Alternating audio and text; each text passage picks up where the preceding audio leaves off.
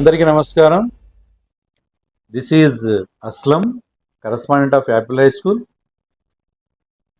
ఒక స్టూడెంట్ని తీర్చిదిద్దడానికి ఒక ఒక ఒక టీచర్, ఒక కరస్పాండెంట్ వాళ్ళు ఫేస్ చేస్తున్న ఛాలెంజెస్ని ఒక సిరీస్ లాగా తీసుకొచ్చి ఇండివిజువల్గా ఒక్కొక్క టాపిక్ డిస్కస్ చేసి ఎమినెంట్ పర్సనాలిటీతో దాని ఎక్స్ట్రాక్షన్ని తీసుకొచ్చి మీ ముందు పెట్టాలనేది మా ఈ సిరీస్ యొక్క ఉద్దేశం.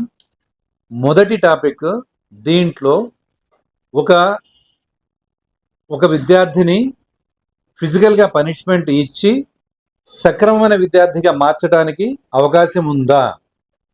ఫిజికల్ పనిష్మెంట్ అనేది ఎంతవరకు మనం ఇవ్వవచ్చు, దానికి ఉన్న లిమిటేషన్స్ ఏంటి, గవర్నమెంట్ తరపు నుండి కానీ సోషల్గా కానీ లేకపోతే వేరే ఎన్జిఓస్ తరపు నుండి కానీ మనకున్న లిమిటేషన్స్ ఏంటి, మనకున్న పరిమితులు ఏంటి అనే విషయం గురించి ఈరోజు మనము U Venkateswarlu garu, correspondent of Srirama high school and eminent personality, చాలా senior most and experienced personality ఈ రంగంలో, వారితో ఈరోజు ఈ జీవోలకు సంబంధించి కానీ లేకపోతే సోషల్గా కానీ వీటికి సంబంధించి డిస్కషన్ చేయబోతున్నాము, వారితో చర్చించబోతున్నాము.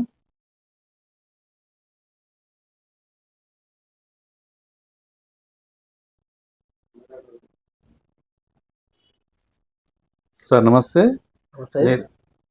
నేను అస్లం సార్. ఈరోజు మా guest eminent personality in education Shri Venkateswarlu garu. Education సంబంధించి ప్రజెంట్ ఈ రోజుల్లో టీచర్స్ ఫేస్ చేస్తున్న ప్రాబ్లమ్స్లో చాలా పెద్ద ప్రాబ్లం ఏంటి అంటే how to gain the interest of the child towards the education. ఈ ప్రాసెస్లో జరుగుతున్న పరిణామాలు, పిల్లల రెస్పాన్స్, వీటన్నిటికి సంబంధించి కూలంకషంగా ఈరోజు వెంకటేశ్వర్లు గారితో మేము చర్చించబోతున్నాము. సార్ నమస్తే. సార్ నమస్తే సార్. ఒక స్టూడెంట్ ఇంట్రెస్ట్ని ఎడ్యుకేషన్ వైపు తీసుకురావాలంటే ఏం చేయాలి? ఇప్పుడు ఈ ప్రజెంట్ సినారియోలో జరుగుతున్న దాంట్లో ఫస్ట్ స్టూడెంట్స్కి టీచర్ అంటే రెస్పెక్ట్ లేకపోవడం అనేది, తర్వాత సైమల్టేనియస్గా అదేమవుతుంది, పేరెంట్స్ దగ్గరికి వెళ్ళిపోయి పేరెంట్స్ మీద రెస్పెక్ట్ లేకపోవడం అవుతుంది. సైమల్టేనియస్గా మళ్ళీ అది సొసైటీ మీదకి వెళ్ళి సొసైటీలో బాధ్యత లేకుండా అయిపోతుంది. ఇటీవల చూసాం, కర్ణాటకలో ఇన్సిడెంట్ జరిగింది. 3 విద్యార్థులు వాళ్ళ మధ్య జరుగుతున్న డిస్కషన్లో ఒక టీచర్ వాళ్ళని సంధానించడానికి వెళ్తే వాళ్ళు 3 కలిసి టీచర్ని కొట్టి చంపేశారు. ఇంతకుముందు ఇట్లాగే తమిళనాడులో ఒక ఇన్సిడెంట్ జరిగింది. ఒక టీచర్ని ఒక స్టూడెంట్ పర్సనల్ కట్ చేసి పెట్టుకుని ఏదో మార్క్స్ సంబంధించి తన్ని స్ట్రైప్ చేసి చంపేయడం జరిగింది. అలాగే 2 స్టూడెంట్స్ సికింద్రాబాద్లో ఒక స్కూల్లో 2 స్టూడెంట్స్ లంచ్ చేసేటప్పుడు డిస్కషన్ చేసుకుంటూ వాళ్ళిద్దరూ కూడా మా ఫిజికల్ దీంట్లోకి వచ్చేసి కొట్టుకోవడం వల్ల ఒక పిల్లాడి డెత్ జరిగిపోయింది. ఇదంతా కూడా వాళ్ళకి సోషల్గా అవేర్నెస్ లేకపోవడం వలన. దీనికి బాధ్యత ఎవరు తీసుకోవాలి? టీచర్స్ తీసుకోవాలా, పేరెంట్స్ తీసుకోవాలా, సొసైటీ తీసుకోవాలా, గవర్నమెంట్ తీసుకోవాలా? దీని గురించి మీ అభిప్రాయం కావాలి సార్. గుడ్ మార్నింగ్ వెంకటేశ్వరం గారు. యాక్చువల్గా ఈరోజు మన సొసైటీలో మీరు అడిగిన క్వశ్చన్ చాలా వ్యాలిడ్ క్వశ్చన్, చాలా నీడెడ్ క్వశ్చన్. ఏంటంటే పేరెంట్ ఈరోజు, ఒకప్పుడు చాలామంది పిల్లలు ఉండేవాళ్ళండి, బేసికల్గా 5 మెంబర్స్, 6 మెంబర్స్, 7 మెంబర్స్ అట్లా ఉండేవాళ్ళు. ఈరోజు 1 or 9 స్టేజ్కి వచ్చింది. వాళ్ళకి ప్రేమకి డిసిప్లిన్కి ఒక లైన్ ఉంటుంది. ఆ లైన్ పేరెంట్కి తెలియకపోవడం ఒక మేజర్ ప్రాబ్లం. ఇప్పుడు ఎలానంటే, ఇప్పుడు మీరు పిల్లల్ని అరే అన్నాం అనుకోండి, వాడు ఇంటికి వెళ్ళేసేసేసి రకరకాలు కలిపేసేసేసి నన్ను సార్ అరే అన్నాడు అని వాళ్ళ పేరెంట్ని తీసుకొస్తే, వాళ్ళ పేరెంట్ వస్తూ 4 నేర్చుకొని వస్తుంది. ఏం సార్ అరే అన్నారంట, మీకు ఎవరు ఇచ్చారు అదైతే అనగానే ఆ పిల్లల ముందు ఎప్పుడైతే టీచర్ను లేదా ప్రిన్సిపల్ని క్వశ్చన్ చేస్తారో, క్వశ్చన్ చేసినప్పుడు ఆటోమేటిక్గా పిల్లలకి ఏం ఫీలింగ్ వస్తుంది అంటే, వీళ్ళ కంట్రోల్లో మేము ఉండవలసిన అవసరం లేదని మా మమ్మీ డాడీ చెప్పారు అన్నటువంటి ఫీల్డ్లోకి పిల్లాడు వెళ్తున్నాడు.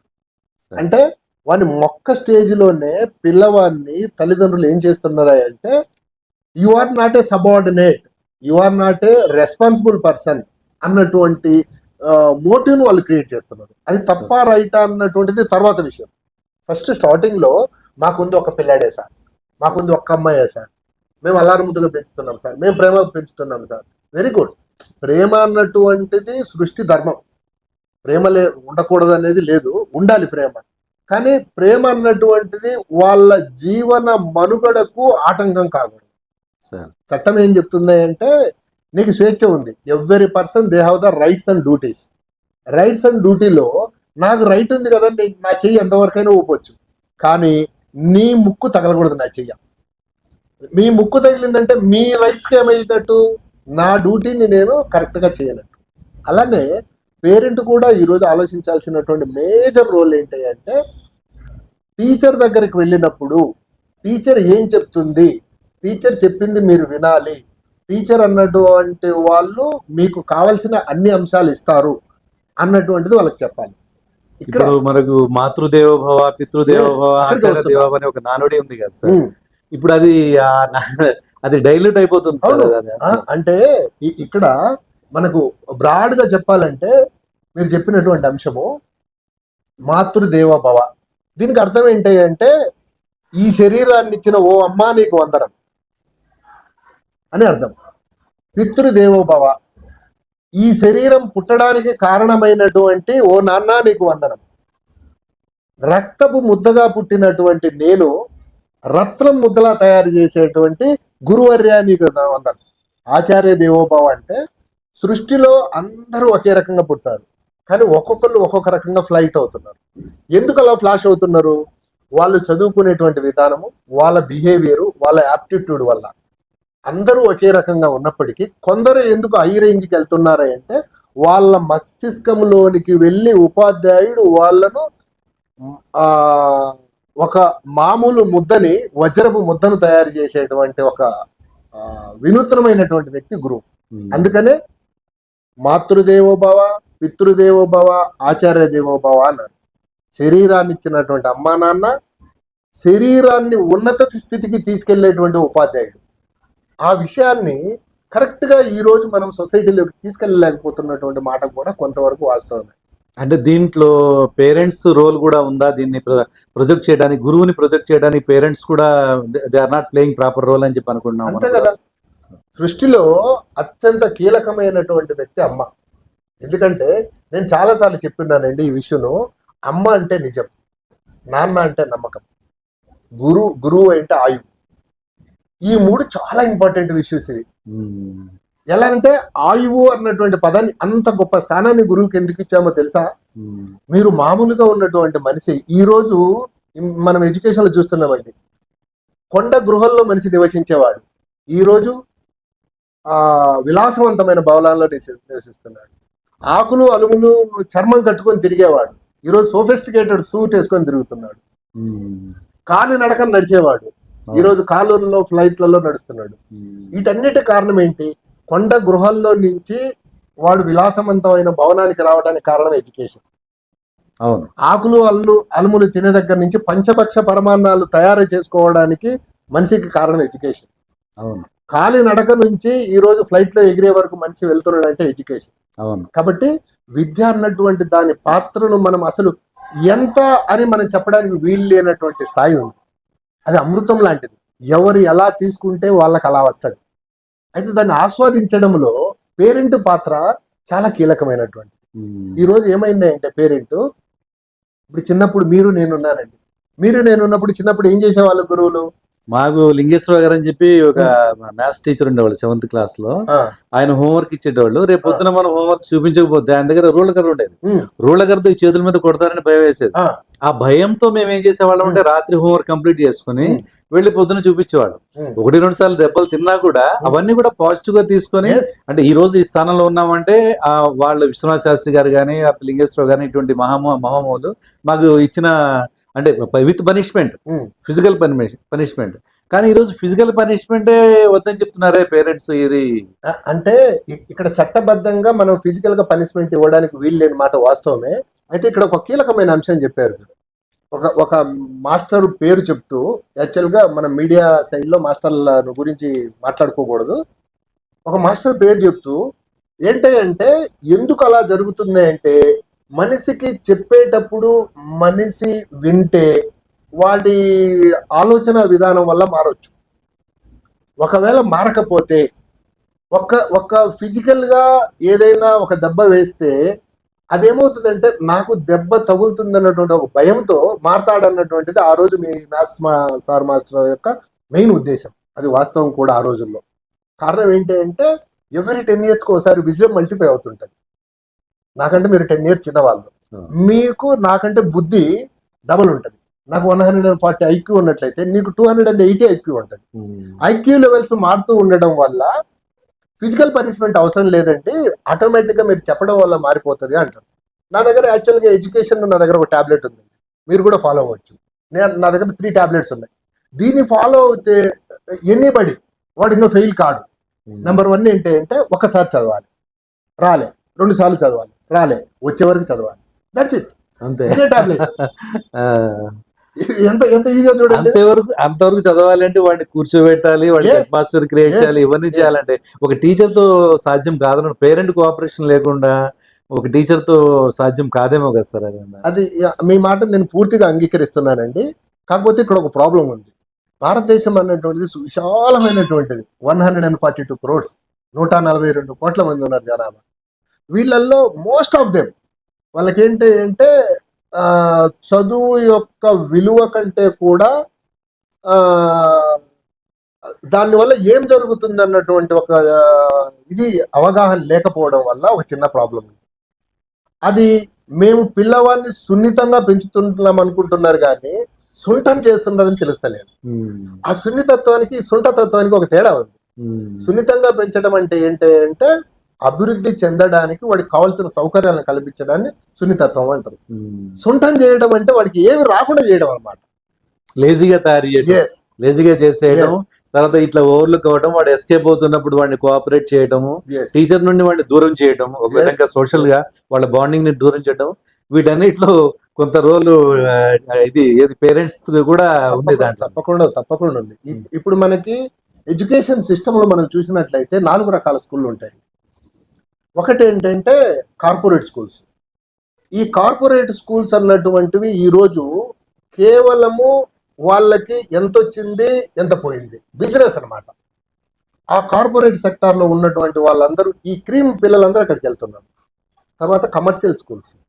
కమర్షియల్ స్కూల్స్ అంటే వాళ్ళకు విపరీతమైనటువంటి డబ్బు ఉంటుంది. ఎంత డబ్బు ఉందో వాళ్ళకి తెలియనటువంటి స్థితిలో ఉంటుంది అలాంటి స్కూల్స్, కమర్షియల్ స్కూల్స్. తర్వాత మనలాంటి బడ్జెట్ స్కూల్స్. ఈ బడ్జెట్ స్కూల్స్ అన్నటువంటి వాటిల్లో మెయిన్ ఇష్యూ ఏంటంటే ఈ చదువే వాళ్ళకి ఇన్వెస్ట్మెంట్. ఈ బడ్జెట్ స్కూల్లో చదివే పిల్లవాడికి వాడి చదివే ఇన్వెస్ట్మెంట్. అక్కడ ప్రాబ్లం ఫేస్ చేస్తున్నాయి ఈ budget schools.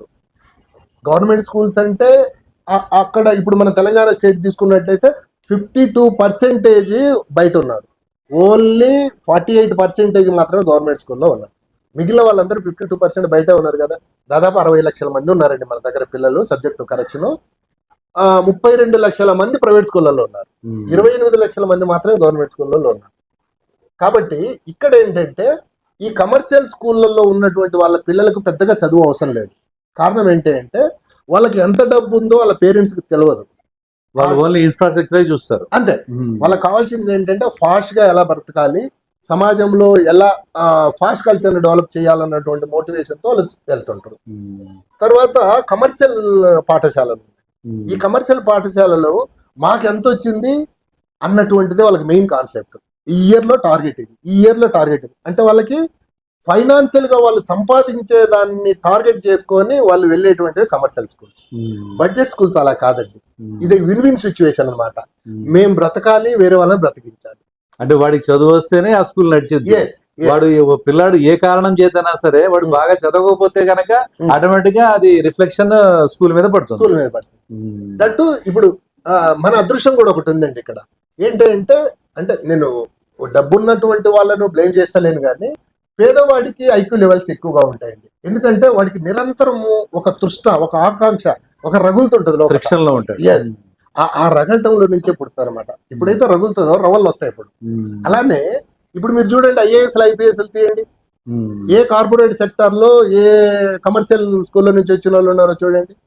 Most of the peoples ఈ బడ్జెట్ స్కూల్స్ నుంచి వచ్చినటువంటి వాళ్ళే ఎక్కువగా ఉంటారు. మీరు కాంపిటేటివ్ మాస్టర్ కి రిజల్ట్ వచ్చినప్పుడు చూస్తే మోస్ట్ ఆఫ్ దెమ్ మన స్కూల్స్ లోనే ఉంచి ఉంటారు. కారణం ఏంటంటే వాళ్ళకు సర్వీస్ చేయాలని ఒక మోటివ్ ఉంటుంది. పేదవాడు అంటే ఎన్ని కష్టాలు ఉంటాయి వాడికి ఒక అవగాహన. వీటన్నిటి వల్ల వాళ్ళు అలా అవుతారు. కాబట్టి ఈ రోజు ఉన్నటువంటి చట్టాలను మనం తప్పుపట్టలేం, కానీ కాకపోతే ఏంటి అంటే ఇప్పుడు ఇటీవల సుప్రీంకోర్టు ఒక కామెంట్ కూడా చేసిందండి. ఏంటి అంటే పిల్లలను పనిష్మెంట్ ఇవ్వకపోవడం వల్ల దారి తప్పుతున్నారా అన్నటువంటి ఒక క్వశ్చన్ మార్క్. అది కాక ఇటీవల మనము అర్చనా శర్మ గారని సెంట్రల్ గవర్నమెంట్ జాయింట్ సెక్రటరీ గారు, ఆమెకు జియో ఇచ్చారు.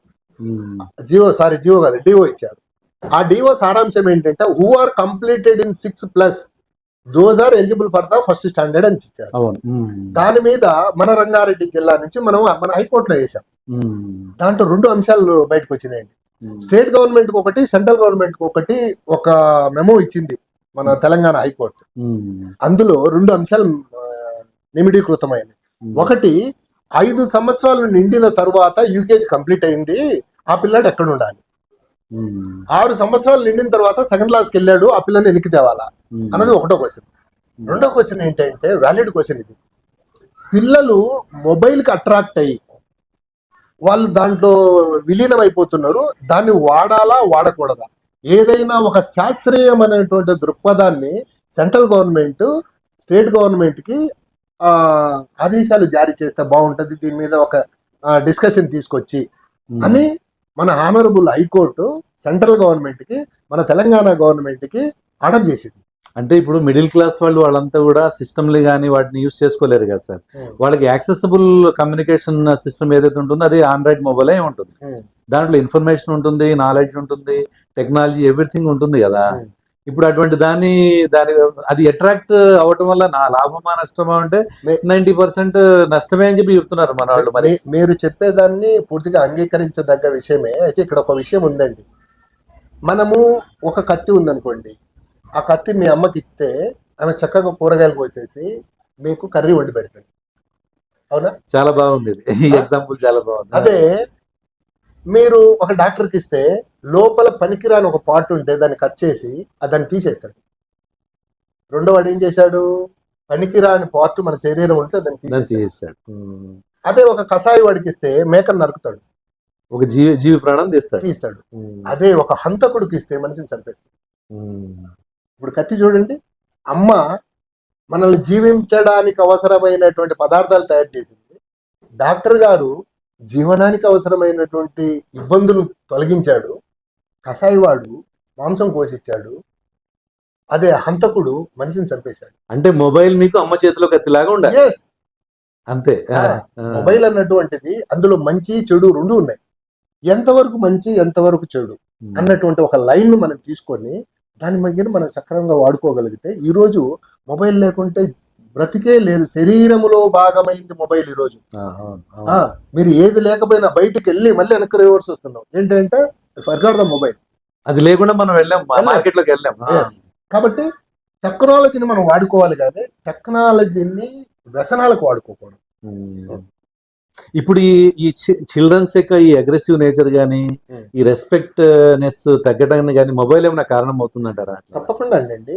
ఈరోజు మీరు చూడండి, అంతెందుకండి, యాక్చువల్గా మనము గవర్నమెంట్ రిక్వెస్ట్ చేయాల్సింది ఏంటంటే, ఎప్పుడైనా ఇప్పుడు లిక్కర్ తాగవద్దు, చిన్న ఎగ్జాంపుల్ మేకింగ్. తర్వాత డ్రగ్స్ వాడవద్దు, చిన్న ఎగ్జాంపుల్ మేకింగ్. డ్రగ్స్ వాడవద్దని దాదాపుగా 100 కోట్ల రూపాయలు ఖర్చు పెట్టేసేసి అడ్వర్టైజ్మెంట్స్ చేస్తున్నారు.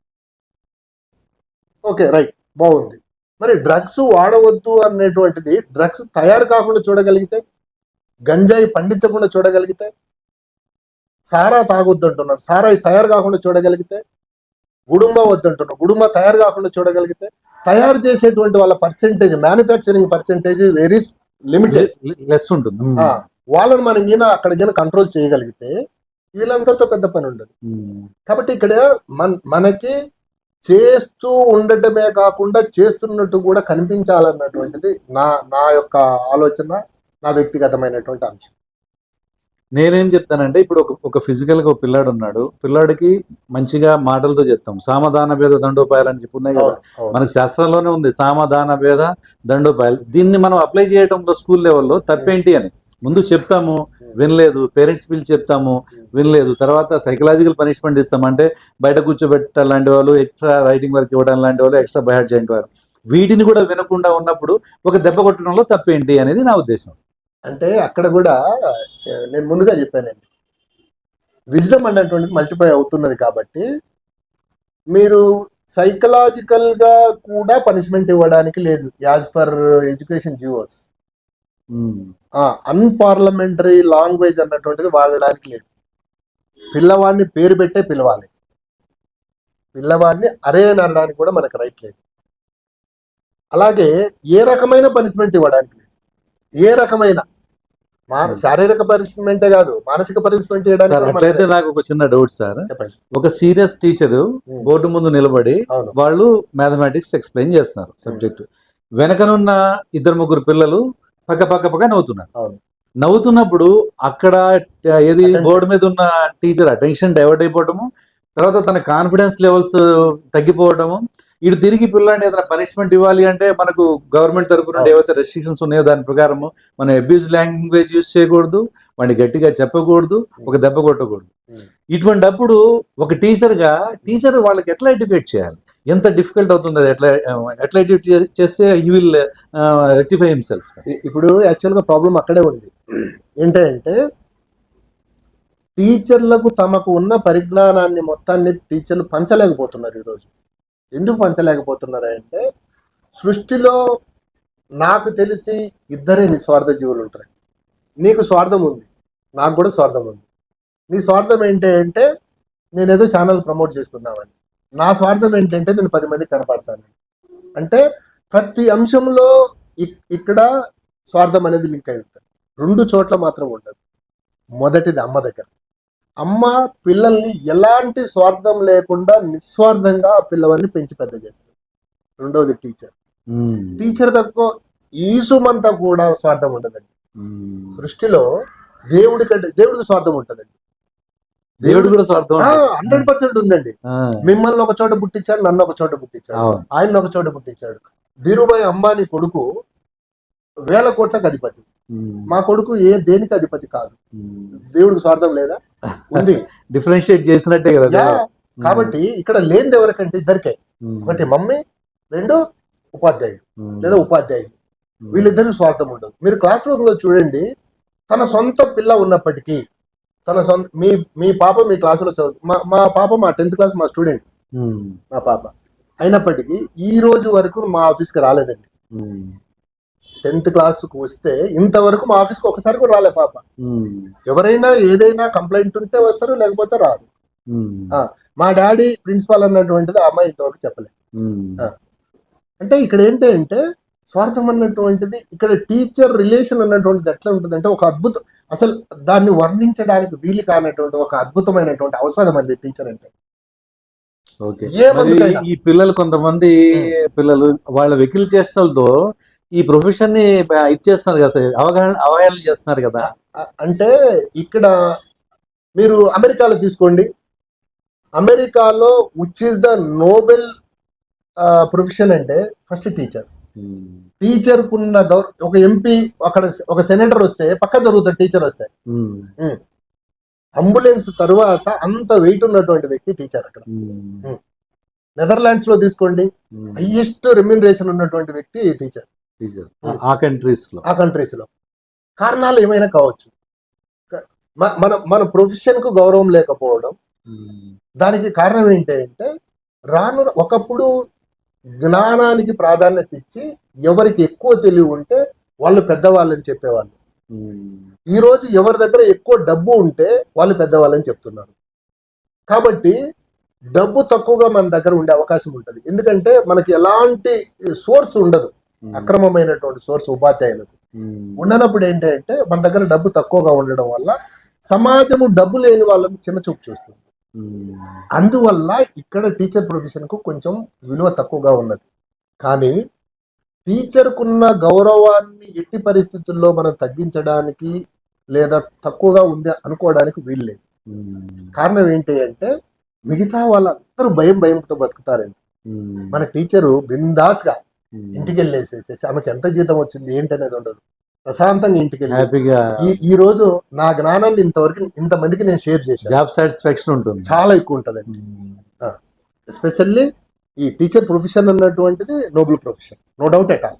నాది ఇంకో డౌట్ సార్. ఇప్పుడు పోలీస్ డిపార్ట్మెంట్ వాళ్ళు ఎవరైనా ఒక నేరం చేశాడు అంటే అతను తీసుకెళ్ళి వాళ్ళ మీద ఫస్ట్ డిగ్రీయో, సెకండ్ డిగ్రీయో, థర్డ్ డిగ్రీయో అప్లై చేసి మొత్తం మీద అతన్ని నేరం చేశాను అని చెప్పి ఒప్పించి, ఒకవేళ చేస్తుంటే కనుక చేశాను ఒప్పించి, తర్వాత కోర్టు ప్రొసీడింగ్స్ ప్రకారం వాళ్ళకి పనిష్మెంట్ ఇస్తారు, అంతే కదా? ఆ విధంగా మనము అంటే దాని దాని వెనక మోటో ఏంటి అంటే ఆ నేరస్తుడిని మార్చాలి, అతన్ని ఒక మనిషిగా తీర్చిదిద్దాలనే కదా. అటువంటిది మన స్కూల్ లెవెల్లోనే, స్కూల్ ఏజ్లోనే, స్కూల్లోనే గనక ఆ ఆ రైట్ టీచర్ తీసుకొని అవసరమైతే ఒక దెబ్బ కొట్టి కానీ లేకపోతే ఒక మాట చెప్పి కానీ వాడిని మోల్డ్ చేసి, అది in the process of moulding a child into a good ఇదిగా ఒక మంచిగా మార్చాలి అని చెప్పి అనుకున్నప్పుడు దాంట్లో తప్పేముందని చెప్పి నేను అనుకున్నా సార్. మీ మీ వ్యక్తిగతమైనటువంటి అభిప్రాయము మీకు ఉండటంలో తప్పు లేదు. ఎందుకంటే మనకు వాక్ స్వాతంత్రం ఉంది, ఆలోచన స్వాతంత్రం ఉంది, కాబట్టి మీకు నచ్చినట్టు మీరు ఆలోచించవచ్చు, మీరు మాట్లాడవచ్చు. కానీ మనకు కాన్స్టిట్యూషన్ అనే ఒక బౌండరీ ఉంది. మనం నివసించాలంటే తప్పనిసరిగా కాన్స్టిట్యూషన్ బౌండరీలోనే నివసించాలి. బియాండ్ దట్ నివసించడానికి వీల్లేదు. ఇద్దరు రాజ్యాంగం బయట నివసిస్తుంటాడు. ఒకటి దేవుడు, రెండోది పిచ్చోడు. పిచ్చోడు రాజ్యాంగం బయట నివసిస్తాడు, దేవుడు రాజ్యాంగం బయట ఉంటాడు. Remaining all are under control of the constitution only. Prime minister to peon, PM నుంచి ప్యూన్ వరకు అందరూ భారత రాజ్యాంగానికి కట్టుబడి ఉండాల్సిందే, భారత రాజ్యాంగానికి ఉభయ ఉండాల్సిందే, గౌరవించాల్సిందే. మీరు అన్నట్టు పోలీసులు కూడా ఫస్ట్ డిగ్రీ, సెకండ్ డిగ్రీని వాళ్ళు వాడుకునే మాట వాస్తవము. పోలీసులు కూడా థర్డ్ డిగ్రీని వాడుకోవడానికి ఇప్పుడు ఏమాత్రం అవకాశం లేదండి. ఎందుకంటే అంతకంటే భయంకరమైనటువంటిది ఫోర్త్ డిగ్రీ అనేది ఒకటి ఉంది. ఏంటో తెలుసా ఫోర్త్ డిగ్రీ అంటే? పోలీసు వాళ్ళు ఎవరిపైనైనా ఏదైనా ఫిజికల్ మ్యాన్ హ్యాండలింగ్ చేసినట్టుగా ప్రూవ్ అయితే వాళ్ళ ఉద్యోగం పోతుంది, ఉండదు ఉద్యోగం. అంత పటిష్టమైనటువంటిది ఫోర్త్ డిగ్రీ అనేది. కాబట్టి పోలీసులు కూడా అలా ఏం చేయడానికి లేదు. వాళ్ళ గవర్నమెంట్ వాళ్ళకి ఏం లేదు. యాజ్ పర్ కాన్స్టిట్యూషన్ మీ వాళ్ళు కరుడు గట్టిన ఉగ్రవాది అయినప్పటికీ అన్ని టచ్ చేయడానికి లేదు. కప్స్ వేయడం వరకే. కప్స్ కూడా చూడండి ఎలా వేస్తారు పోలీసులు, ఇలా వేస్తారు, నేను టచ్ చేయదు, వేసి తీసుకెళ్తారు కోర్టుకి, అంతవరకే. గాని వాళ్ళు పోలీసులు థర్డ్ డిగ్రీ అన్నటువంటిది ఉపయోగించింది భారతదేశంలో చాలా తక్కువ. కాకపోతే అన్ఎక్స్పెక్టెడ్ అక్కడెక్కడ జరుగుతుందేమో, అది నాకు అవగాహన లేదు. కానీ పోలీసులు కూడా థర్డ్ డిగ్రీని ఉపయోగించడానికి అవకాశం, జనరల్ కాన్వెన్షన్ చూసింది లేదు, చేసింది లేదు, కానీ అట్లా అట్లా అవకాశం లేదండి. అయితే నేను ముందుగానే చెప్పాను కదా, ఎవ్రీ 10 years కి విజడమ్ అన్నటువంటిది మల్టిఫై అవుతుంది. మళ్ళీ అగైన్ చెప్తున్నా, ఇక్కడ మనకి 2 రకాలైనటువంటి జ్ఞానం ఉంటుందండి. ఒకటి నాలెడ్జ్, ఒకటి విజ్డమ్. నాలెడ్జ్ అంటే ఏంటి అంటే మన పంచేంద్రియాల ద్వారా మనం చూడడం, మనం వినడం, మనం మాట్లాడడం, మనం చదవడం, మనం స్పర్శించడం, వీటి వల్ల మనం సంపాదించిన దాన్ని నాలెడ్జ్ లేదా జ్ఞానం అంటాం. బుద్ధి అంటే అట్లా ఉండదండి. బుద్ధి అంటే ఆటోమేటిక్ గా మనం పుట్టినప్పటి నుంచి చనిపోయే వరకు మనలో పెరుగుతూ ఉంటుంది. They don't want any type of the training in wisdom. దానికి ఎలాంటి ట్రైనింగ్ అవసరం లేదు, బుద్ధి పెరుగుతూనే ఉంటుంది. అయితే ఈ విజ్డమ్ లో మనం పూర్వకాలం చూసామనుకోండి, వాళ్ళు చాలా బలవంతులు శారీరకంగా, మానసికంగా బలహీనులు. ఈ రోజు మానసికంగా చాలా బలవంతులు అన్నమాట, శారీరకంగా కొంత బలహీనత. మన గ్రాండ్ పేరెంట్, మా తాతను తీసుకున్నట్లయితే ఆయన 100% ఫిజికల్ వర్క్ చేసేవాడు, 0 మెంటల్ వర్క్. మా డాడీని తీసుకున్నాం అనుకోండి, ఆయన 50% మెంటల్ వర్క్, 50% ఫిజికల్ వర్క్ చేసేస్తాడు. నా దగ్గరకు వచ్చేసరికి 0 ఫిజికల్ వర్క్, 100% మెంటల్ వర్క్. అందువల్ల రకరకాలైనటువంటి ప్రాబ్లమ్స్ వస్తున్నాయి. కాబట్టి ఇక్కడ నేను చెప్పాలనుకున్నటువంటి అంశం ఏంటంటే, విజడమ్ పెరుగుతూ ఉండటం వల్ల మనం ఫిజికల్ గా వాళ్లకు ట్రీట్మెంట్, అంటే ఫిజికల్ పనిష్మెంట్ ఇవ్వకుండా కూడా వాళ్ళను మనం ఎగ్జాంపుల్స్ ద్వారా బయటికి తీసుకెళ్లి, సమాజంలో ఒక కార్లో 2 వెళ్తూ ఉంటారు, ఒక డ్రైవరు, ఒక ఓనరు, 2 కార్లోనే వెళ్తుంటారు. డ్రైవర్ కు నెలకి 20,000 జీతం, ఓనర్ కి 2 లక్షలు జీతం. మనం ఆ ఎగ్జాంపుల్ చూపించాలి పిల్లలకి. ఈ రోజు మన దగ్గర హైటెక్ సిటీ ఉందండి. హైటెక్ సిటీ మనకు వెరీ నియర్ గా ఉంది, కానీ అందులో సెక్యూరిటీ మన వాళ్ళు హైదరాబాద్, హౌస్ కీపర్స్ హైదరాబాద్, వాచ్మెన్లు హైదరాబాద్. కానీ అందులో ఉన్నటువంటి ఎంప్లాయీస్ జార్ఖండ్, ఉత్తరాంచల్, ఉత్తరప్రదేశ్, జమ్మూ కాశ్మీర్ అంటే హై లెవెల్ పొజిషన్స్ అన్ని వేరే స్టేట్స్ వాళ్ళందరూ వచ్చి అందులో ఎంజాయ్ చేస్తున్నారు. అందులో ఉన్నటువంటి స్లెవెంజర్స్ టైప్ జాబ్లు మనం చేస్తున్నాం. దాన్ని మనం ఎగ్జాంపుల్ గా మన పిల్లలకు చూపించాలి. మీరు స్లేవర్స్ కాకూడదు, మీరు ఆయమ్మలు కాకూడదు, మీరు ఇది కావాలి అన్నటువంటి ఆ డిఫరెన్షియేషన్ ద్వారా పిల్లల్లో మౌలికమైనటువంటి మార్పులు తేవాలే కానీ ఫిజికల్ గా మనం పనిష్మెంట్ ఇవ్వడం అన్నటువంటిది చట్టబద్ధంలో అంటే చట్టంలో మనం నివసించేటప్పుడు చట్టాన్ని వ్యతిరేకించుతూ ముందుకు వెళ్ళడానికి అవకాశం లేదు. ఓకే, దీని నుండి నాకు ఒకటి అర్థమైంది. అది ఏంటి అంటే ఒక చైల్డ్ని, ఒక యాక్టివ్ చైల్డ్ని మోల్డ్ చేయాలి అంటే దీంట్లో ఫిజికల్ పనిష్మెంట్ ఇవ్వకుండా సోషల్గా కూడా మోల్డ్ చేసే అవకాశము ఉంది అని చెప్పి వెంకటేశ్వర గారు చెప్తున్నారు. దీంట్లో ప్రధాన పాత్ర పోషించవలసినవి 2 అంశాలు ఉన్నాయి. ఒకటి, టీచర్ ఉపాధ్యాయుడి గౌరవం సొసైటీలో పెంచాలి. దీనికి సమాజం మొత్తము ఇంక్లూడింగ్ పేరెంట్స్ దానికి సపోర్ట్ చేసి ఉపాధ్యాయుడి గౌరవంని కనుక పెంచితే అప్పుడు పిల్లలకి మనం ఫిజికల్ పనిష్మెంట్స్ కానీ వేరే విధంగా అబ్యూస్ లాంగ్వేజ్ కానీ వేరే విధంగా ఎటువంటి పనిష్మెంట్స్ ఇవ్వకుండా వాళ్ళని మోల్డ్ చేసి ఒక మంచి వ్యక్తులుగా, ఒక మంచి పౌరులుగా వాళ్ళని తీర్చిదిద్దే అవకాశం ఉంది అనేది వెంకటేశ్వర్లు గారి అభిప్రాయము. Thank you sir, thank you very much sir. Thank you అండి.